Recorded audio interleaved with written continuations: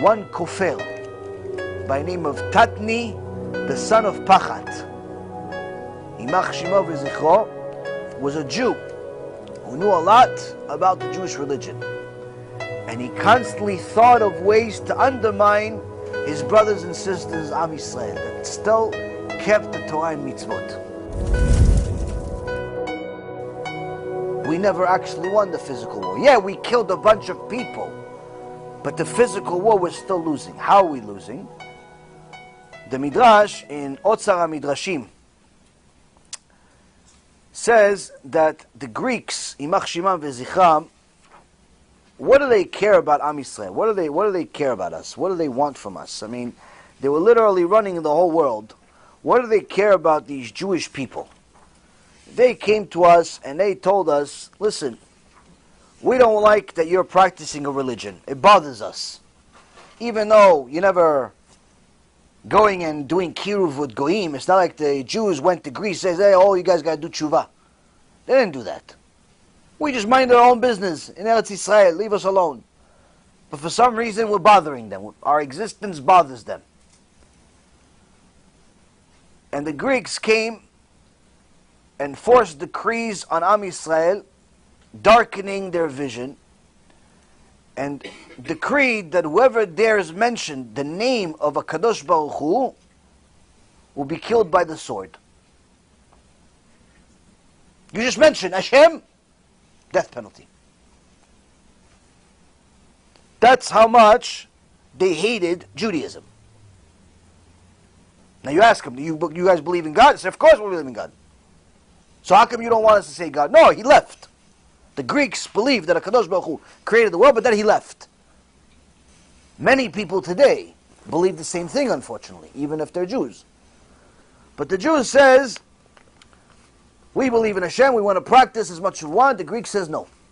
The Greek says, if you even say Shema Yisrael, Hashem Elokeinu, death penalty.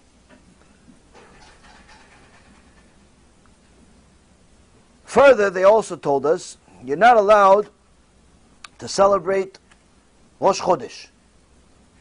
Why Rosh Chodesh?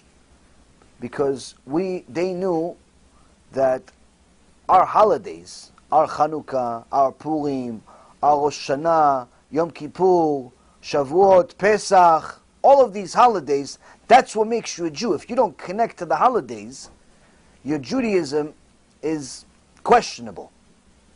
If when you hear, oh, there's another Jewish holiday coming up, if you're not excited, what kind of Jew are you?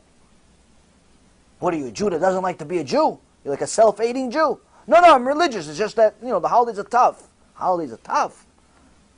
What's the point of being a Jew without the holidays? There's a month called Cheshvan. We called Mar Cheshvan. Mar means bitter.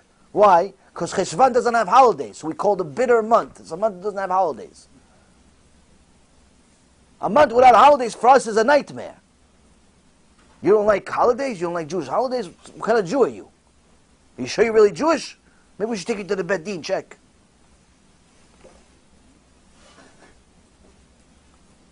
So now, the Greek says, all of these holidays have a specific time that it's dictated to have these holidays in the Torah. Pesach has to be during spring.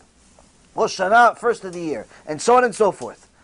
So if you don't know when Rosh Chodesh is, if you don't know when the beginning of the month is, you're not going to be able to celebrate the rest of the year, the rest of the holidays. You can't just celebrate Purim whenever you feel like it. You can't just celebrate Pesach whenever you feel like it. You can't just celebrate, Rosh Hashanah, Yom Kippur, Pesach, all these holidays whenever you feel like it. There's specific days. The Torah says you have to have these holidays. Even the rabbinical holidays have specific days. Purim and Chanukah. So, the Greeks says, how are we going to ruin this whole thing? We can't just outlaw all the holidays. What are we going to do? Outlaw Rosh Chodesh. Outlaw your counting system, your month system. Within a few months, everybody's going to forget. In the beginning, everybody's going to remember. But after a few months, or even a couple of years, everybody's going to forget. And that way, it's like putting a virus in a computer. Even if it doesn't ruin the computer right away, it's only a matter of time. So now, they said no Rosh Chodesh. But that's not enough for them. They said also no Shabbat. Why? You could still count the days, you could still connect to the days, connect to the months once a week. How? Shabbat. Every 7 days, Shabbat. You celebrate Shabbat, we're going to kill you. No Shabbat. No Shabbat.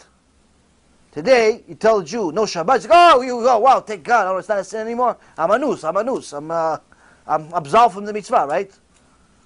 In those days, Jews were willing to die just to honor Shabbat. What's the difference between us and them? They understood what it means. But now they still have a problem.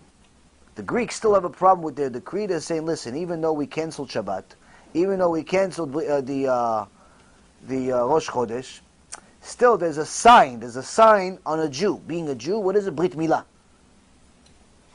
A Jew is always going to remember he's a Jew if he has Brit Milah. No Brit Milah. You do Brit Milah to your kid, we're going to chop off your fingers. No Brit Milah. Now if that wasn't enough, Rabotai,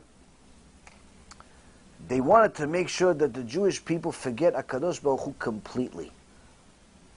So what did they say? Listen, you cannot say Hashem's name. How can you make Jews not even want to say Hashem's name? They made a decree that on every shofar, on every horn of the bull, you have to engrave, the Jews had to engrave, we have no share of the God of Israel. We're not connected to God anymore. So the Jews simply got rid of all the cows. They didn't want to engrave it on the horns. They didn't want to engrave this on in those days they used the horn also, not just as a shofar, they used it also as a baby bottle. The Greeks wanted the babies, when they're drinking, first words they ever see is, I have no share of the God of Israel. Shem Yachem. Already the Greeks from over 2,000 years ago knew that television affects you. Internet affects you, even if you don't mean it. Even if you just want to do this and you just want to do that, it affects you. What you watch is going to affect you. A little baby drinking from a bottle sees, don't believe in God, that baby is going to be a heretic.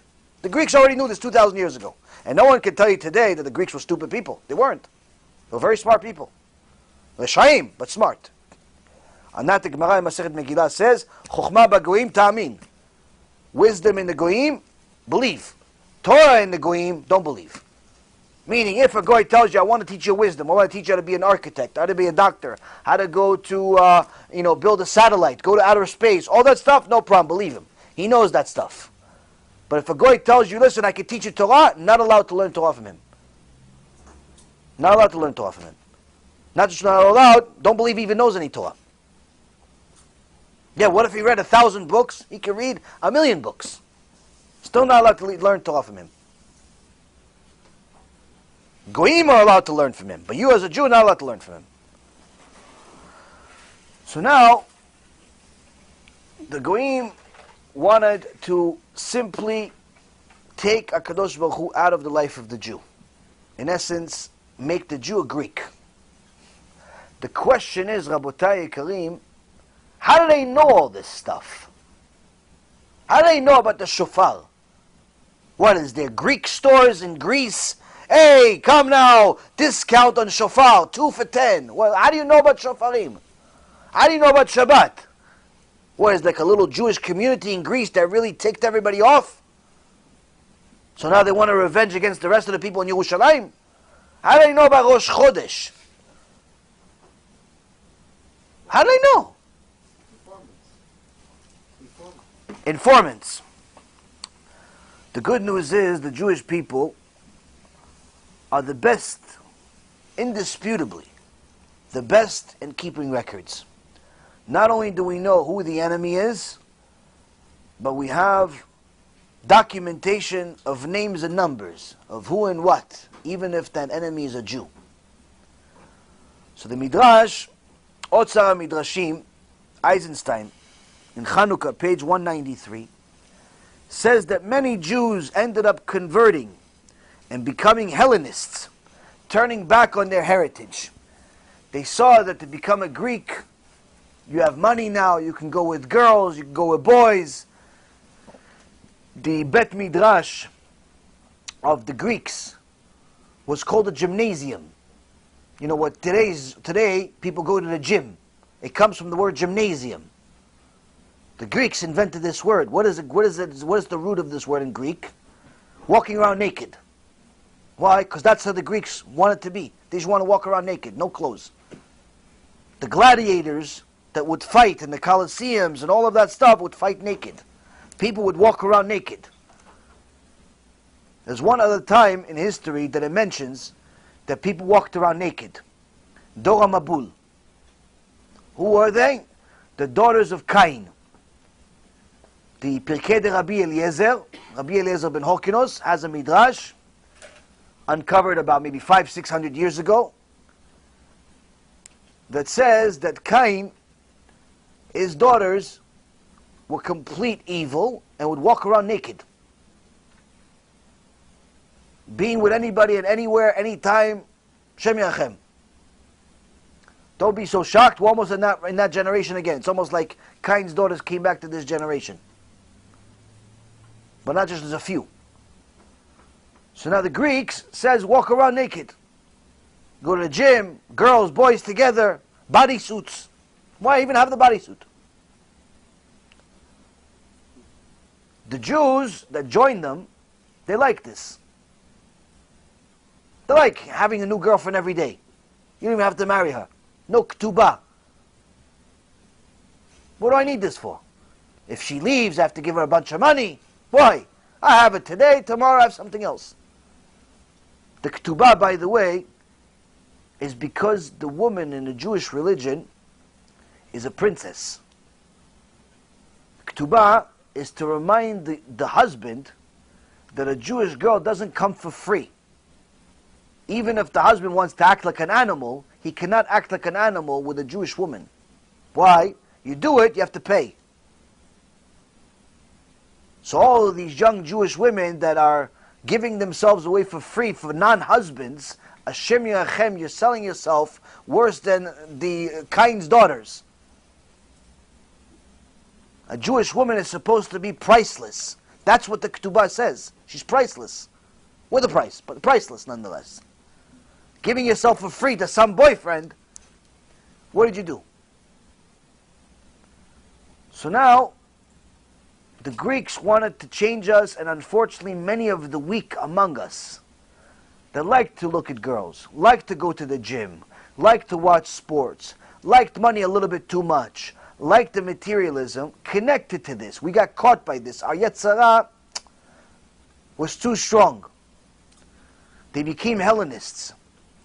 But that alone wasn't enough to give the Greeks all of this knowledge. Who gave them all this knowledge? One Kofel, by name of Tatni, the son of Pachat. Imach Shimo v'zichro was a Jew who knew a lot about the Jewish religion. And he constantly thought of ways to undermine his brothers and sisters, Am Yisrael, that still kept the Torah and Mitzvot.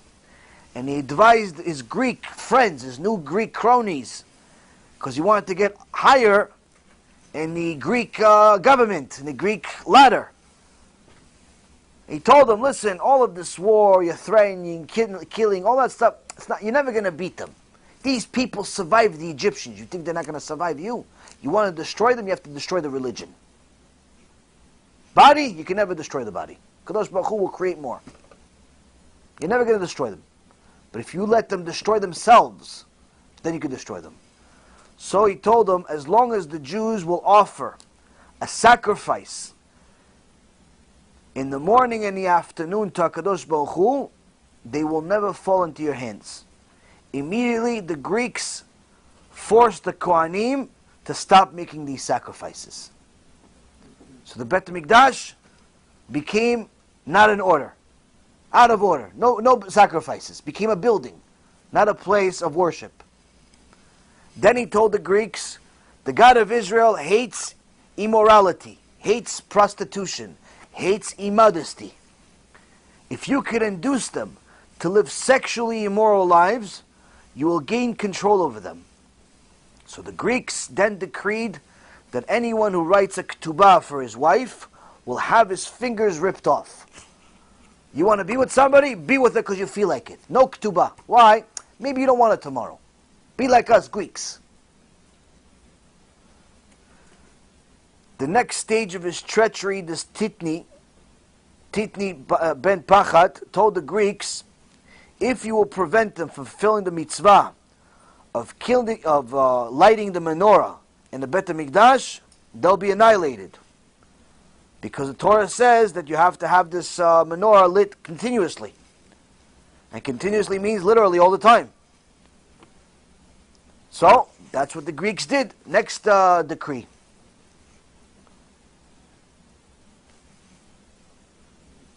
And he told them about the horn, the shofar. So the Greeks demanded, inscribe on the horns of the oxen a declaration that you have no connection to the God of Israel.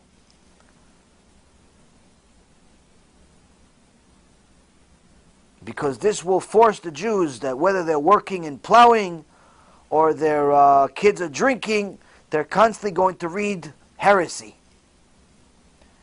This is the reason, Rabotai Karim, why a Jew is not allowed to go look at other wisdoms just because he's curious.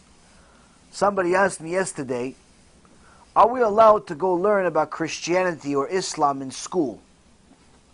Because it's part of our curriculum. So the halacha is that it's 100% forbidden for you to go learn about Christianity or Islam or Buddhism or anything else other than Judaism if it's simply for curiosity or it's simply part of your class in your secular school. Not allowed. You're only allowed to go learn about those subjects if you are a professional in debating the Goyim. Like the Ramban. He had to know about Christianity in order to win that very famous debate 800 years ago.